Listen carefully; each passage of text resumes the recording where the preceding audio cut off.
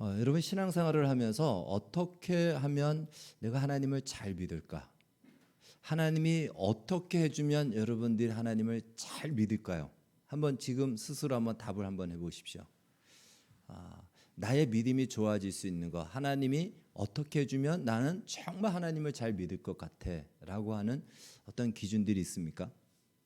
어떤 사람은요, 놀라운 기적을 보여주면 내가 정말 하나님 믿고 평생 잘 살겠다라고 할 수도 있고요. 또 이 현대인들이죠, 과학주의에 물들어있는 현대인들은 하나님이 살아계신 걸 과학적으로 증명해주면 내가 정말 하나님 잘 믿겠다. 나름대로 이런저런 기준과 또 요구가 있을 것이고, 그렇게 해주면 하나님을 잘 믿을 것 같다라고 아마 생각할 것입니다. 그러나 사실 그 모든 것은요, 기적을 보여주면, 그리고 과학적으로 증명이 되면 잘 믿을 것 같은데 그렇지가 않다라는 것입니다. 우리는 우리가 처해져 있는 현실의 문제, 내가 처해져 있는 이 상황과 어려운 위기에 있을 때 그 위기를 타파하고 이겨낼 힘이 없는 그 무력함 속에서 하나님이 기적을 보여주시면, 이 위기를 이겨나게 하시고 이 위기에서 건져주시면 하나님을 잘 믿을 것 같고 평생 하나님을 믿을 것 같은데, 거기서는 그렇게 될지 몰라도 사실은 시간이 지나면 그건 결코 쉽지 않고, 그 자신의 다짐은 정말 그것을 지켜간다는 것은 어려울 것입니다. 오늘 본문에는요, 이런 이야기가 나옵니다. 이미 칠병이어의 기적, 칠병이어라는 것은, 오병이어라는 것은 물고기 2마리와 보리떡 5개라면, 칠병이어는 물고기 2마리와 보리떡 7개로 오늘 본문 앞에는 4,000명을 먹이고 많은 광지에 남았다라고 합니다. 그러니까 오병이어의 기적과 비슷한 기적을 예수님이 또 한 번 보여주셨습니다. 놀라운 기적이죠. 근데 이러한 기적, 그리고 우리가 이 8장을 다 살펴보지 않고 제가 중간 정도 보는데, 그 앞에 보면은 또 이렇게 그 귀가 열리는, 이 귀먹은 사람의 귀를 열리는 에바다 하는 이 기적의 역사도 일어납니다. 그러니까 예수님이 보이신 기적이 참 많아요. 그런 기적을 배후로 삼고 오늘 유대인들이 얘기를 하는 겁니다. 예수님을 향하여 힐난하며, 힐난한다는 것은 의도적으로 시비를 걸고 비판하고 비난을 하는 거죠. 그러면서 말합니다. 당신이 메시아라는 증거, 표적을 보여주면 우리가 믿겠다. 기적을 보여주면 내가 믿겠다라고 이렇게 이야기하는 거예요. 예수님이 지금까지 기적을 보여주셨는데 무슨 기적을 더 보여달라는 말인가? 그 기적이 부족할까요? 그 기적이 뭐가 못 미칠까요? 칠병이어의 기적, 병을 고치고 귀신을 쫓고 물 위를 걸으시고 바람과 파도를 잔잔하게 하신 이 예수님의 기적이 부족할까요? 근데 유대인들은 그렇게 얘기합니다. 표적을 보여달라, 기적을 보여달라. 그러면 예수 당신을 믿겠다, 메시아로 믿겠다, 이렇게 이야기를 하는 것을 보게 됩니다. 아마 우리 중에도 그럴 겁니다. 어디에서 어떤 기적이 일어났다, 분명히 기적이 일어났어요. 그런데 그 기적은 일어난 것은 사실이지만 나와 무슨 상관이 있지? 나에게 기적이 일어나야 된다는 거죠. 나에게, 나의 현실 속에서 기적이 일어나야 나는 하나님을 하나님으로 인정하겠다. 아마 우리는 다 그렇게 아마 생각을 할 겁니다. 이 말은, 다른 말은 무슨 말이냐면, 이 유대인들은요, 예수님이 귀신을 쫓고 병을 고치는 이 사건을 보면서 예수님은 하나님의 종이다라고 그들도 인정했습니다. 왜 그러냐면 그러한 기적은요, 하나님의 종인 선지자들에게만 일어나는 일이었어요. 그래서 그것을 부인할 수는 없었습니다. 예수님이 일으키는 기적이 병이 고쳐지고 그 자리에서 예를 들어서 소경이 눈을 뜨고 이런 것들은 부인할 수가 없잖아요. 그러니까 당연히 인정할 수밖에 없는 것이고, 그래서 예수님을 그들은 선생이라고도 얘기하고 선지자 중에 한 사람으로는 인정을 하겠다는 겁니다. 근데 무엇으로 인정하지 않겠다? 메시아로는 인정하지 않겠다는 거예요. 메시아라면 메시아의 기적을 보여달라라는 겁니다. 사실 그것이 메시아의 기적이거든요.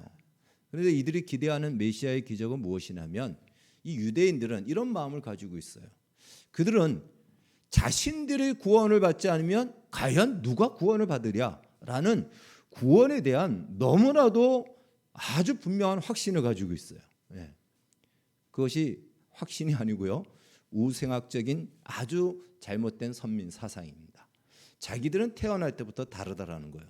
자기들은 태어날 때부터 구원받은 하나님의 선민이기 때문에 구원은 우리에게 당연한 것이다. 그런데 지금 이 이방인들을 대표로 하는 것이 로마였죠. 이 로마가 우리를 몰라보는 거예요. 이 유대인들, 하나님의 선택받은 선민을 몰라보고 우리를 식민지로 삼고 속국으로 삼고 그렇다는 거예요. 그래서 그들은 생각하기를 메시아가 오면 이제 그들에게 우리가 하나님의 선민이라는 것을, 우리가 우월한 유전자를 가진 민족이라는 것을 기적을 통해서 그들에게 보여줌으로 우리를 하나님의 선민의 자리에 이르게 할 것이다 라는 이러한 기대를 가지고 있었고, 이런 사상을 가지고 있는 거예요. 그러니까 구원은 말할 것도 없는 거예요. 구원은 당연한 거예요. 우리가 안 받으면 누가 구원을 받겠냐 이거예요.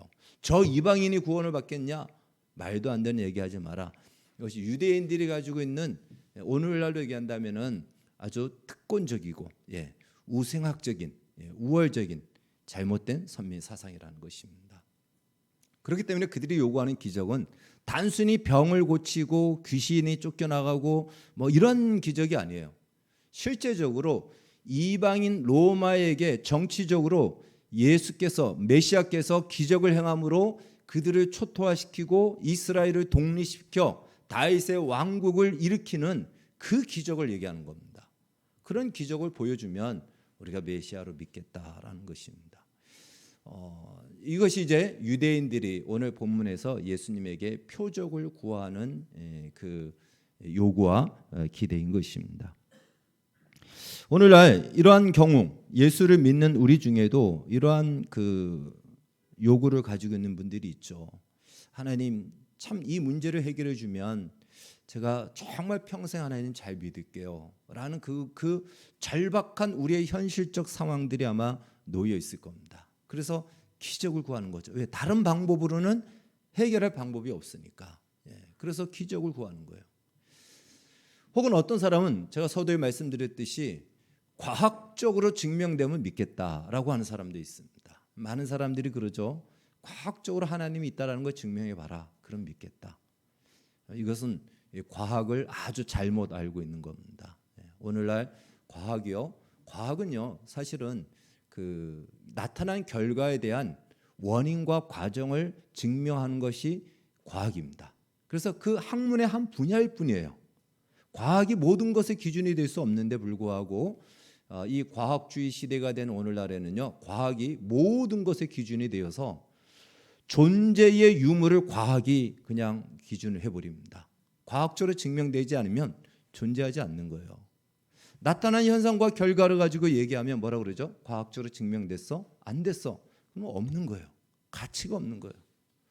또 심지어는 이 과학이 지금 어디까지 갔냐면 우리의 옳고 그름을 기준하고 나누는 그 가치까지 매긴다라는 거죠. 지난 팬데믹 중에 우리는 경험을 했죠. 백신은 사실 과학적으로 검증되지 않았어요. 그럼에도 불구하고 백신이 과학의 이름으로 백신을 접종하면 선이고 백신을 접종하지 않으면 사회에 해악을 끼치는 것이라는 선과 악을 백신이 이 과학의 이름으로 정해버린 겁니다. 굉장히 무서운 겁니다. 이것은 무엇이냐면 과학이 과학주의가 되어버리면서 하나님의 자리에 과학이 올라섰다라는 것이죠. 그래서 오늘 우리는 다 그래요. 과학적으로 증명되면 인정하고 과학적으로 증명되지 않으면 그건 인정하지 않고 미신으로 취급하고 그냥 어쩌다 있는 것이고, 그러나 분명하게 과학적으로 증명되지 않은 결과가 나타나는 것을 뭐라고 얘기하죠? 기적이라고 얘기하는 겁니다. 설명할 방법이 없어요. 과학적으로는 될 수가 없는 일인데 일어난 일, 기적이라고 얘기합니다. 그러나 사실은요, 기적이나 또 자연적으로, 그러니까 과학적으로 증명된다는 것은 자연 법칙이거든요. 자연적인 현상이고, 오늘 이렇게 비가 이번 주에도 많이 오는 것도 자연적인 현상으로 우리가 받아들이면서 과학은 뭐라고 얘기하냐면 항상 우리 기상캐스트가 하는 말을 듣죠. 북대서양에서 일어난 고기압이 남서쪽에서 올라오는 저기압과 부딪혀서 비구름을 형성하여 많은 비가 내리고 있습니다. 하도 많이 들어가지고 우리 모두가 외우고 있어요. 항상 북대서양 고기압 이렇게 얘기해요. 그럼 뭘 얘기하죠? 비가 이렇게 많이 오는 원인을 얘기하는 거예요. 이런 원인이 일어나서 이런 과정 때문에 비가 많이 온다. 그러니까 과학이란 원인, 과정, 결과가 딱 떨어집니다. 아주 명쾌하죠. 그런데 원인과 과정을 설명할 수 없는데 결과가 일어나는 것은 설명할 수 없으니까 기적이라고 얘기하는 겁니다. 근데 사실은요, 우리가 성경에 나와 있는 사건 하나만 예를 든다면 바로 이 사건입니다. 출애굽했을 때 이스라엘 백성들이 한 달치의 식량밖에 없었어요. 광야를 갔을 때 이제 한 달치 다 먹고 나니까 먹을 식량이 없습니다. 광야다 보니까 거둘 어떤 자연 농작물도 없습니다. 정말 그냥 죽어야 되는 거예요. 굶어 죽어야 됩니다. 근데 하나님께서 만나를 내려주시기 시작합니다. 식량이 떨어진 그 다음 날부터 만나가 내려와서 그 만나를 가지고 이겨서 반죽해서 먹기를 시작해서 40년을 먹기 시작하죠. 출애굽했던 백성들에게는 이 만나는 이전에 한 번도 경험하지 못했던 이 기적적인 사건이죠. 자연적인 현상으로는 무엇이죠? 농사를 지어서 농사의 수확을 얻든지 나무에 난 열매를 거두는 것이 그들이 그동안 가졌던 자연적인 현상, 자연 법칙입니다. 그래야지만이 먹을 것이 있었습니다. 그런데 그들이 수고가 전혀 하지 않았는데도 불구하고 먹을 것이 생긴 거예요. 그래서 그들에게는 만나 사건은 기적인 것입니다. 기적입니까? 아닙니까? 기적인 것이에요. 그런데 광야에서 태어난 광야 2세대들은요. 태어날 때부터 뭐가 내렸죠? 만나가 내립니다. 태어날 때부터 만나가 내리는 것을 매일 봅니다. 그들에게는 그것이 기적입니까? 자연현상입니까? 자연현상이에요. 누구에게는 기적이고 누구에게는 자연현상. 무슨 차이가 있습니까? 정말 기적일까요? 정말 자연현상일까요? 만나를 자연현상을 경험한 광야 2세대들이 얘기할까요? 과학적으로 증명해봐. 그 만나가 기적이라는 것을 과학적으로 증명해봐. 아마 그렇게 논쟁을 했으면 지금까지 논쟁이 끝났을까요? 안 끝났을까요? 안 끝났을 겁니다. 사실 기적이나 자연현상이나 다 누구로부터 주어집니까? 하나님으로부터 주어지는 거예요. 그러니까 우리가 기적이라고 하는 것은 누구에게는 자연현상이고 자연현상이라고 하는 것이 누구에게는 기적인 것입니다. 여러분, 기적을 구하지만 지금 나에게 이루어지는 자연적인 이 모든 것들은 어쩌면 그것이 기적일 수 있는 겁니다. 왜요? 하나님의 손에서 나오는 것이기 때문에 그렇습니다. 그래서 우리는요, 기적을 보여주면 내가 하나님을 잘 믿겠다라고 하는 것은 얼마나 우리의 편협한 시각인가. 과학적으로 증명되면 하나님을 잘 믿겠다고 하는 현대인들의 사고방식은 얼마나 편협한 한쪽의 생각인가. 예수를 믿는 우리는 이 모든 것을 다 볼 수 있어야 되는 것입니다. 바로 유대인들은 그들이 기대하는 자신들에게 이익을 주고 유익을 주는 그 사건, 기적의 사건이 있으면 내가 메시아를 믿겠다라고 이렇게 이야기를 하는 것이고, 오늘 우리도 똑같이 이야기를 합니다. 그런데 예수님이 그렇게 잘 믿겠다고 하는데, 유대인들이 예수님을 믿겠다고 하는데 그들의 요구대로 기적을 베풀어 주던가 과학적인 증명을 좀 해주면은 잘 믿지 않겠습니까? 그런데 예수님은 오늘 말씀하시기를 내가 아무런 표적도 보여주지 않겠다라고 얘기합니다. 이 말씀은 무슨 말씀이냐면, 믿음이란 우리가 믿고 싶어서 믿는다고 해서 믿어지는 것이 아닙니다. 그 현장 그 순간에는 믿을 수 있을 거예요. 그러나 그것은요, 자기 자신을 믿는 거거든요. 내가 이렇게 해주면 믿겠다라는 것은 나의 신념, 나 자신에게 믿음의 근거를 두는 거예요. 그런 믿음은 오래가지 않습니다. 그 문제가 끝나고 또 다른 문제가 생기면 믿을까요? 안 믿을까요? 안 믿습니다. 또다시 그 문제가 해결이 돼야지만 믿겠다 그래요. 이거는 과학적으로 증명이 됐지만 저거는 과학적으로 증명이 안 됐잖아. 믿을 수 없어. 그러니까 모든 순간을 과학적으로 다 증명해야 되고 모든 위기에서 기적을 보여줘야 되는 거예요. 그것이 광야의 이스라엘 백성들이 기적을 보고도 또다시 하나님 앞에 불평하고 또다시 기적을 요구하고 결국은 기적과 과학적인 증명이라는 사람들이 요구하는 오늘날 우리가 요구하는 방식으로 하나님이 답을 해준다고 해서 우리가 예수를 믿고 하나님을 믿느냐? 믿지 않는다라는 겁니다. 그래서 예수님은 너희들이 원하는 방식으로 해줘도 너희들은 믿지 않을 뿐더러 그렇기 때문에 너희들이 원하는 방식으로 나는 표적을 보일 수가 없고 보이지 않겠다라고 오늘 예수님 말씀하십니다. 그러면 어떻게 하란 말인가?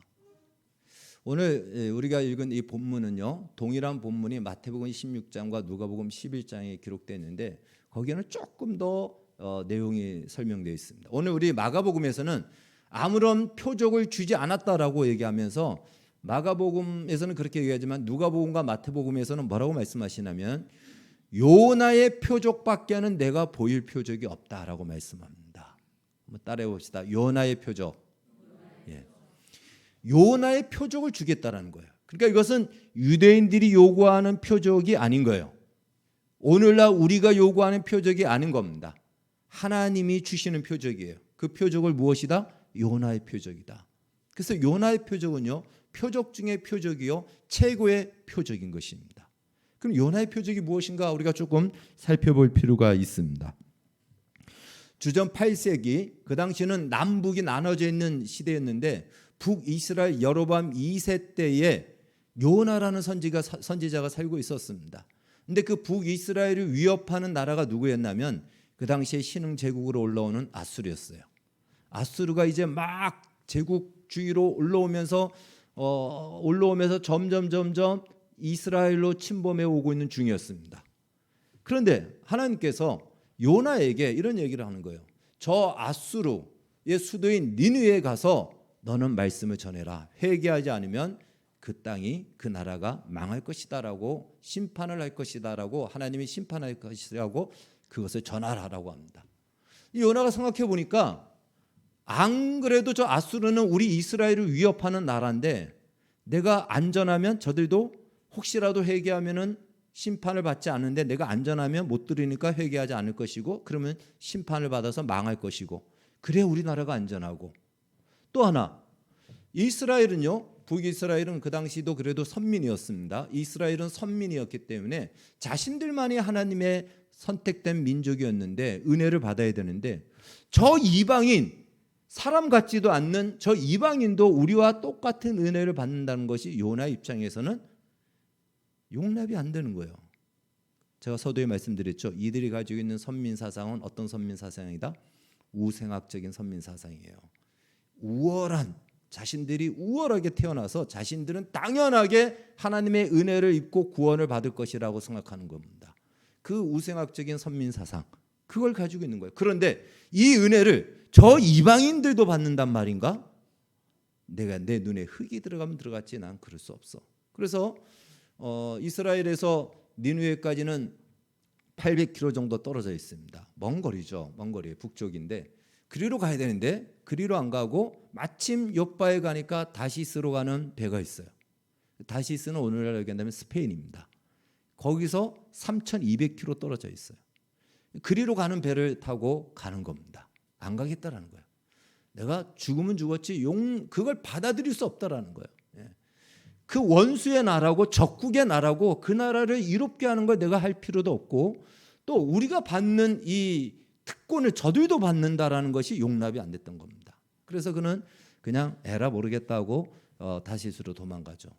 그런데 우리가 알고 있듯이 바다에 풍랑이 일어나서 거기 있는 사람들이 제비를 뽑다 보니까 이거는 분명히 신을 노엽게 한 사람 때문에 일어난 풍랑이다. 원래 풍랑이 일어날 계절이 아니다. 뽑다 보니까 요나가 뽑힌 거예요. 그러니까 요나가 실토를 합니다. 사실 내가 하나님 명령 어기고 이렇게 가다가 이렇게 됐으니 나를 저 바다에 던지라. 이렇게 얘기하는 거예요. 바다에 던지라는 겁니다. 이 말은 무슨 말이죠? 죽으면 죽겠다라는 거예요. 바다에 빠져 죽겠다. 내가 죽을지라도 내 목숨이 잃을지라도 저 니느웨가 우리와 같은 복을 받는 것을 나는 차마 눈뜨고 못 보겠다. 저 적국이 심판받지 않고 우리를 위협하는 대로 내버려둘 수 그대로 놔두면 망할 걸 그들을 이렇게 해서 우리를 위협하게 만들 수 없다. 이 마음이죠. 좋게 말하면 애국의 마음이고, 또 나쁘게 말한다면 아주 극단적인 이기심이죠. 그 마음으로 내가 죽으면 죽었지 난 그거 못하겠다 하고는 물에 던지라는 거예요. 사람들이 겁나죠. 어떻게 던집니까? 그런데 풍랑이 더 일으니까 어떻게 방법이 없어요. 그래서 이 책임은 우리에게 있지 않고 당신에게 있는 것이다 라고 다짐을 받고는 요나를 물에 던집니다. 그러자 풍랑이 잔잔해집니다. 요나는 그 지중해 물에 빠져서 자기가 무슨 헤엄을 얼마나 잘 치겠습니까? 그냥 죽겠다라는 마음으로 간 거예요. 사람이 죽으면 죽었지 이거는 용납할 수 없다라는 것은요, 아주 그건 무너뜨릴 수 없는 자신의 신념인 거죠. 대단한 거 아니겠습니까? 뭐 물에 빠져 죽든 물고기에 밥이 되든 어찌 됐든 죽을 것인데 우리가 알고 있듯이 하나님이 큰 물고기를 준비합니다. 그리고 요나를 삼켜서 물고기 뱃속에서 요나가 3일을 살게 됩니다. 그리고 거기서 그가 깨닫게 되고 회개하게 되면서 하나님의 물고기 뱃속에 있던 요나를 토하게 해서 요나가 다시 해변에 나오게 되면서 니느웨로 다시 갑니다. 가서 거기서 하나님의 말씀대로 복음을 전하죠. 회개하지 않으면 이 성이 무너질 것이다. 그런데 이 말을 듣자 이 느니의 사람들 이방인이에요. 우상 숭배자들입니다. 근데 그들이 금식하며 회개하며 짐승까지도 다 금식시키면서 회개함으로 하나님의 심판을 받지 않는 이 역사가 일어나게 됩니다. 이것이 요나의 표적이에요. 그 요나의 표적은 한마디로 무슨 말이냐? 우리는 이제 이 물고기 뱃속에 들어간 이게 너무 신기하니까 항상 거기에 우리가 초점을 맞추는데, 한마디로 요나의 표적이란 무엇이냐면 이스라엘의 입장에서 인간 같지도 않고 우상 숭배자고 버림받고 사람 같지도 않는 하나님의 복에서 제외되고 저주를 받아야 될 그 인생이라고 여겨졌던 그 아수르 니느웨 사람들, 그들을 살리고자 하나님이 누구를 보내셨다? 요나를 보내셨다라는 거예요. 요나의 그 고집과 아집과 욕심과 우생학적인 잘못된 선민 사상으로 내 목숨을 내가 끊더라도 나는 이 일을 하지 않겠다라고 스스로 바다에 뛰어들었음에도 불구하고 하나님은 그럼에도 불구하고 하나님께서 기적을 베푸셔서 물고기가 이 요나를 삼켜 그를 살게 하심으로 마침내 하나님의 뜻, 버림받고 인간 같지도 않은 저 아수르 사람들을 마침내 살리고야만 그 흔적, 그 표적, 그 증거가 누구다? 요나라는 것입니다. 이것이 요나의 표적이에요. 이 표적 밖에는 예수님이 보일 표적이 없다라고 말씀합니다. 무슨 말이죠? 예수님도 똑같이 요나와 같이 그런 표적으로 하나님이 살아계심을, 또 하나님의 하나님 되심을 증거하겠다라는 것입니다. 이것은 유일한 표적이죠. 예수님이 말씀하신 우리의 믿음을 갖고 우리가 하나님의 백성으로 살게 하시는 유일한 하나님의 방법, 방식이라고 말할 수 있는 것이 이 요나의 표적이라는 것입니다. 우리는 자연 법칙에서 벗어난 기적이 일어나면 하나님을 믿을 것 같고 우리의 믿음이 더 좋아질 것 같습니다. 그래서 한때 한국교회에서도 이러한 비슷한 열풍이 일어난 적이 있었습니다. 방언을 받으면 믿음이 더 좋아질 것 같았던 그런 때가 있었습니다. 그래서요, 너도 나도 방언을 받으려고 아주 기도원의 문전성시를 이루었습니다. 심지어 어느 기도원에 가면 방언이 잘 터진다 그래가지고 그 당시 하늘산 기도원이 완전히 방언 받는 사람들로 가득 찼던 그런 경우도 있었습니다. 저도 중학교 때 방언 기도하는 소리를 듣고는 와, 나도 저 방언을 받으면 얼마나 좋을까. 그래서 방언 받기를 간절히 구하고 기도하고 방언 받으면 정말 믿음이 더 좋아질 것 같았습니다. 그렇지 않습니까? 얼핏 보기에도 방언으로 막 기도하면 믿음이 좋은 것 같고 신앙생활을 오래 했는데도 방언을 못하면 저 사람 믿음이 형식적인 거 아닐까? 이런 의심의 마음이 그때 많이 감돌았습니다. 그래서 방언을 받았냐? 예, 방언을 받았습니다. 예. 방언 기도하면 굉장히 유익이 있어요. 제가 방언 기도 받고 하루 종일 방언으로 기도한 적이 있습니다. 하루 종일. 배가 고파서 밥을 먹어야 되기 때문에 방언 기도를 멈춘 적이 있는데 그러면 믿음이 되게 좋은 것 같죠. 근데 사실은 유익은 있겠지만 믿음하고는 상관없어요. 믿음은 그런 기적과 어떤 은사와 어떤 이런 것으로 있는 것이 아니고요. 믿음은 성경은 뭐라고 얘기하죠? 믿음은 그리스도의 말씀으로 말미암는다. 말씀이 얼마나 견고하게 있느냐가 믿음의 여부를 좌우합니다. 기적은 또 다른 기적을 요구해요. 왜 지난번에 일어났는데 이번에 기적이 안 일어나지? 믿음이 벌써 없는 거예요. 그거 자체가.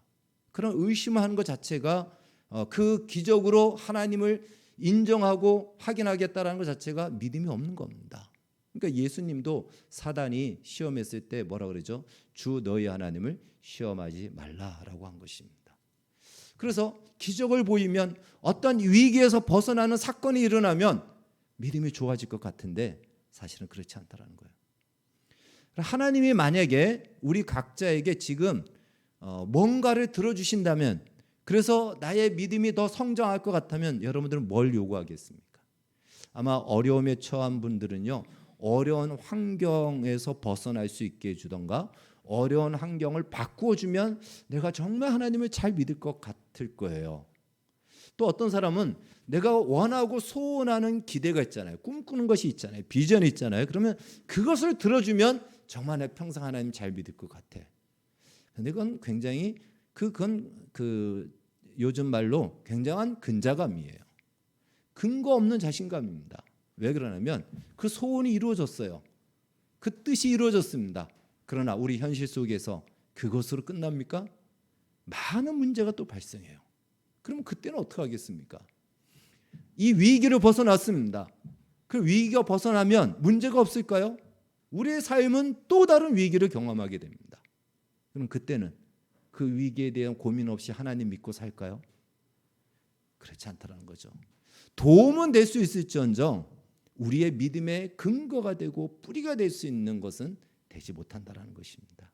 그것은 결코 그렇게 믿음을 가져서는 안 되고, 그러한 믿음을 가진 사람은 계속해서 기적을 쫓아가고 은사를 쫓아가고 어떠한 뭔가를 쫓아가는 거예요. 과학적으로 증명되면 믿는다고요? 그래서 우리 한국에 만들어진 것이 한국창조과학회입니다. 그랜드 캐니언을 가보신 분들이 있을 겁니다. 거기에 이제 많은 그 크리스찬들이 가요. 선교여행으로 그곳을 갑니다. 그랜드 캐니언은요, 일반 과학으로는 설명이 안 되는 바로 지형입니다. 일반 과학의 방식으로는 설명할 수 없는 일들이 그랜드 캐니언에 많이 있기 때문에 노아 홍수 아니고서는 그랜드 캐니언을 설명할 수 있는 가장 과학적인 방법이 없어요. 그래서 그것을 그렇게 해서 갑니다. 그런데 노아 홍수가 그랜드 캐니언을 통해서 가장 확실한 과학적인 방법으로 설명할 수 있는 것이라고 증명이 됐음에도 불구하고 그 외에도 많은 창조가 하나님의 창조였다라는 것이 과학적으로 증명이 됐음에도 불구하고 그래서 예수를 믿습니까? 그래서 예수를 믿는 믿음이 흔들리지 않을까요? 그렇지 않다라는 거예요. 그러니까 우리는 지금 무엇에 속고 있냐면 이렇게 되면 내가 예수를 믿겠다라고 하는 이 거짓에 속고 있다라는 거예요. 그건 자기 자신이 너무 과신하는 겁니다. 우리 자신은 그러면 나는 믿겠다라는 거야. 난 믿을 수 있다라고 생각하는 이 자신감 그 자체가 우리를 속이고 있는 거짓말이다라는 것입니다. 바로 현대인들이 가지고 있는 특징이라고 볼 수가 있겠죠.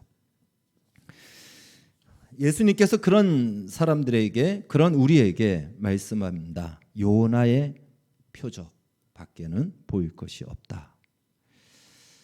우리가 예수님에 대한 믿음, 이 믿음을 온전하게 가지지 못하는 이유, 그러면서도 예수를 믿는 이유 무엇일까요? 예수를 믿지만 온전하게 하나님을 전폭적으로 믿지 못하는 이유를 많은 것이 있겠지만 두 가지로 제가 압축한다면 바로 이런 이유이지 않을까 생각됩니다. 하나는요, 그래도 죽고 난 뒤에 지옥에 있으면 진짜 큰일 나잖아요. 그러니까 어찌됐든 믿어서 손해는 보지 않도록 보험을 들어놔야 되니까 그래서 예수를 믿는 사람들이 있습니다. 한쪽 발은 언제 놓는 거예요? 죽어서 지옥 가면 안 되니까 지옥이 있으면 그때라도 구원을 받아야 되니까 그렇게 믿는 사람들이 참 많이 있습니다.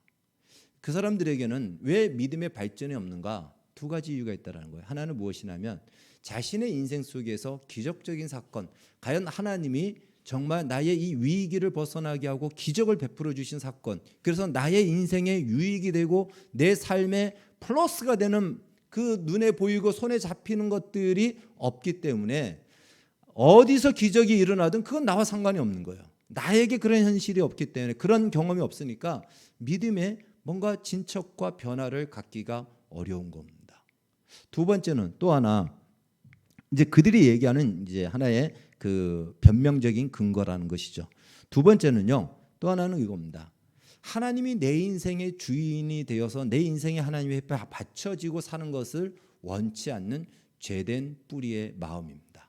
이건 너무 오래된 죄된 마음인데, 이것은 세상에서는 죄된 마음이 아니고 당연하고 정상적이라고 얘기하죠. 너의 인생의 주인은 너야. 그렇기 때문에 너는 너의 인생을 너를 위해서 살아라고 하는 것이 세상에서는 지극히 가장 진리처럼 여겨지는 말입니다. 그 영향을 받아서 우리도 그렇게 살고 싶은 거예요. 왜 내 인생을 하나님을 위해서 살아야 되느냐? 내 마음대로 살고 싶다라는 거예요. 내가 하고 싶은 대로 내 인생을 내가 책임지고 살고 싶다라는 거예요. 그런데 우리가 부모님들이 자녀들이 간섭하지 마, 엄마 내 마음대로 살 테니까 간섭하지 마라고 할 때가 언제입니까? 철부지 때 그렇게 얘기하거든요. 근데 부모들은 그래도 간섭합니다. 왜 그럴까요? 세상을 알아요. 네 마음대로 살아도 될 만큼 세상이 호락호락하지 않다라는 걸 알기 때문에, 지금 너가 준비되지 않으면 이 세상에서 어렵게 살기 때문에 공부해라, 성실해라 라고 가르친 겁니다. 그런데도 불구하고 우리는 내가 내 인생을 설계하며 살면 나는 멋진 인생을 살 것이라 생각하고 자신의 인생을 자기가 주인이 돼서 살고 싶어 한다는 거죠. 그것 때문에 하나님 앞에 하나님을 위해서 사는 삶, 이 믿음의 삶을 우리는 살고 싶지 않고 살지 않으려고 한다는 것입니다. 그런 우리에게 오늘 예수님께서 주시는 이 표적에 대해서 이제 마지막 말씀하고 마치도록 하겠습니다. 요나의 표적은요, 마치 이렇게 볼 수 있습니다. 심판이 코앞에 와 있는데도 불구하고 그것도 모른 채 천년만년 살 것 같이 희희낙낙하며 살아가는 버림받은 이방인들, 바로 낭떠러지를, 저 앞에 가면 낭떠러지인데 불구하고 낭떠러지로 달려가면서도 그것이 좋은 것이라고 그렇게 웃고 떠들면서 거기서 서로 자랑하고 누가 잘났는지 이야기하면서 함께 다 같이 멸망의 구덩이로 빠져들어가는 그들을 향하여, 그들을 살리기 위해서 요나를 보내어 그 길이 아니다 라고 막으시는 하나님의 사랑, 하나님의 능력, 이것이 바로 요나의 표적인 것입니다. 바로 그것은요, 똑같죠. 우리는 우리 인생을 잘 살 것 같다라고 생각하고 성공할 것 같다라고 멋질 것 같다라고 하지만, 인생은 살면 살수록 고민과 어려운 문제, 풀지 못하는 인생의 문제들이 더 많아져요. 그러다 나중에는 어떻게 되죠? 죽음 앞에서 아무런 답 없이 손을 놔야 되는 그 인생, 완전한 절망의 낭떠러지로 떨어질 수밖에 없는 그런 인생, 누구도 책임지지 않고 누구도 붙들어주지 않고 누구도 위로하지 않고 자기 자신만을 위로해달라고 하는 이 세상 속에 하나님께서는 그러한 인간을 구하시고자 사랑하셔서 그 아들 예수 그리스도를 보내신 겁니다. 마치 니느웨에 요나를 보냈듯이 이 세상에 하나님이 예수님을 보내신 거예요. 그것이 요나의 표적이에요. 오셔가지고 너희들 왜 이렇게 살았느냐, 왜 저 앞에 낭떠러지인데도 모르고 이따위로 사냐라고 하면서 책망하고 꾸짖지 않으시고, 오히려 예수님 그분이 요나처럼 버림받은 저 아수르 사람들을 살린 것처럼 예수님 자신이 버림받고 갖은 모욕과 수치를 다 당하면서도 우리를 책망하지 아니하시고 꾸짖지 아니하시고 대신 십자가에 죽어주심으로 마침내 그의 백성을 하나님의 자녀로, 하나님의 선민으로 삼아 주신 사건, 이것이 요나의 표적입니다. 여러분, 이것만큼 우리의 믿음, 우리를 하나님의 사람으로 살게 하는 가장 강력한 근거는 없습니다. 그래서요, 사도 바울은 이것을 이렇게 고린도전서에서 이야기합니다. 우리 같이 읽겠습니다. 시작. 유대인은 표적을 구하고 헬라인은 지혜를 찾으나 우리는 십자가에 못 박힌 그리스도를 전하니 유대에게는 꺼리끼는 것이요 이방인에게는 미련한 것이로되 오직 부르심을 받은 자들에게는 유대인이나 헬라인이나 그리스도는 하나님의 능력이요 하나님의 지혜니라. 표적, 유대인들은 표적을 참 좋아했어요. 기적을 좋아했습니다. 그래서 항상 기적을 중심으로 기적을 행하는 자, 기적이 강력한 능력으로 여겼습니다. 반면에 헬라인들, 그리스 사람들은요 굉장히 이 지혜, 이 필로소피, 이 지혜를 추구했고요. 그래서 굉장히 지혜로운 사람들이 많이 나왔어요. 철학자들이 많이 나왔습니다. 그들은 지혜를 구하여 지혜를 오늘날로 얘기한다면 과학적인 증명을 해주면 그것이 최고였고 기적을 행하면 최고였고 그러면 예수를 믿겠다, 하나님을 믿겠다라고 했으나 우리는 하나님은 십자가에 못 박아 죽으신 예수 그리스도, 그분이야말로 표적 중의 표적이고 지혜 중의 지혜다. 이렇게 말씀하는 거예요. 그것이야말로 우리를 구원하시는 하나님의 능력이요 지혜다라고 말씀하고 있는 것입니다. 그것만이 우리의 믿음의 근거가 된다라는 것입니다. 아마 우리 중에는요 조금만 하나님이 도와주면 해결할 수 있는 현실의 고통과 문제 속에 있는 분들이 있을 겁니다. 그래서 이 문제가 해결이 되면, 해결해 주시면 내가 더 잘 예수를 믿을 것 같습니다. 물론 그런 경우도 많이 있습니다. 그러나 우리의 믿음의 근거는 그러한 사건이 아니고요. 그 사건은, 그 기적은 마침내 저 표적 중의 표적인 십자가에 달리신 예수 그리스도를 찾아가는 하나의 관문일 뿐인 것이에요. 그것을 통해서 하나님이 누군가 우리는 비로소 발견하게 되고 그 하나님이 그 아들을 우리를 위해서 내어주셨다라는 사실을 알면서 우리의 어떤 상황과 어떤 위기 속에서도 그 분명한 사실과 근거가 우리의 바탕이 되어서 흔들리지 않고 믿음을 포기하지 않고 절망하지 않고, 그리하여 저 북한의 수용소 같은 데서도 예수를 믿는 믿음을 가진 사람들이 있는 것입니다. 문제와 현실로 따진다면요, 하나님 못 믿을 상황이 얼마나 많이 있습니까? 얼마나 많이 있습니까? 그거보다 더 큰 것이 무엇이다? 그 열악한 환경을 뛰어넘는 강력한 힘이 무엇이다? 십자가에 못 박힌 예수 그리스도. 그것이 표적이에요. 증거예요. 표적은 사인이라고 그랬죠. 사인은 무엇입니까? 본체가 아니고 본체를 향하는 하살표라고 얘기했습니다. 십자가에 못 박히신 예수 그리스도가 표적인 이유는 예수를 통해서 우리는 누구를 보죠? 하나님을 보게 되는 거예요. 하나님이 하나밖에 없는 그 아들을 우리를 위하여 아무 조건 없이 내어주셔서 우리를 살리셨고 우리를 지키시고 우리를 마침내 당신의 영광의 자리에 이끌어 가신다라는 하나님의 강력한 의지요, 능력이요, 지혜, 이것이 바로 예수 그리스도, 십자가에 못 박히신 예수 그리스도가 그 증거가 되는 것입니다. 우리는 이것을 우리의 근거로 삼을 때 나에게 어떤 어려움이 오고 어떤 위기가 와도 흔들리지 않고 믿음을 지킬 수 있는 강력한 힘을 가지는 것입니다. 물론 우리 삶 속에 하나님은 정말 기적 같은 일들을 펼쳐 보이시죠. 그러나 기억하십시오. 기적 같은 그 일이 누구에게는 자연현상이라고 그랬죠. 사실 하나님께는 아무런 문제가 되지 않는다라는 것입니다. 하나님의 자연현상은 우리에게 기적으로 얼마든지 나타날 수 있다라는 것이에요. 그러나 그것이 우리의 믿음의 근거가 될 것은 아니고요. 우리의 믿음의 근거 위에 하나 더, 하나의 아름다운 마치 장식품 같은 것은 될 수 있을 겁니다. 그냥 우리를 더 빛내주는 하나의 뭐라 그러죠? 인테리어 혹은 뭐 브로치 같은 거, 그런 것들은 될 것입니다. 그러나 근거는 될 수 없다라는 것이죠. 가장 분명하고 확실한 것은 예수님이 보여주신 요나의 표적과 같은 표적인 것입니다. 그래서 우리는 이 예수님의 표적, 십자가에 못 박히신 예수 그리스도를 통해서 하나님에 대해서 100% 1000% 기대와 신뢰를 가질 수 있고 가져도 된다는 것입니다. 따라서 우리의 신앙생활이 내가 원하는 방식으로 하나님이 응답해 주지 않는다고 해서 하나님이 살아계시지 않는 것도 아니고 하나님이 안 계신 것도 아니고 하나님이 나를 사랑하지 않는 것도 아니고 이미 내가 원하는 것보다 훨씬 더 큰 것으로 하나님은 이미 보여주셨고 나타내셨고 지금도 그 사랑으로 우리를 붙드시고 이끄시고 있다는 것이에요. 우리의 삶의 현실은 우리를 연단하기 위한 혹은 우리의 믿음이 그 현실보다 더 크다는 것을 나타내 보임으로 우리로 하여금 잘했다 칭찬받게 하시는 그러한 근거의 현실로 허락되어지고 있다라는 것입니다. 다시 한번 요나의 표적, 십자가의 표적을 묵상하여 언제 어디서라도 이 표적 때문에 담대함으로 우리의 삶을 살아갈 수 있는 자신감을 얻는 우리 모두가 되어지기를 주의 이름으로 축원합니다. 기도하겠습니다. 하나님 감사합니다.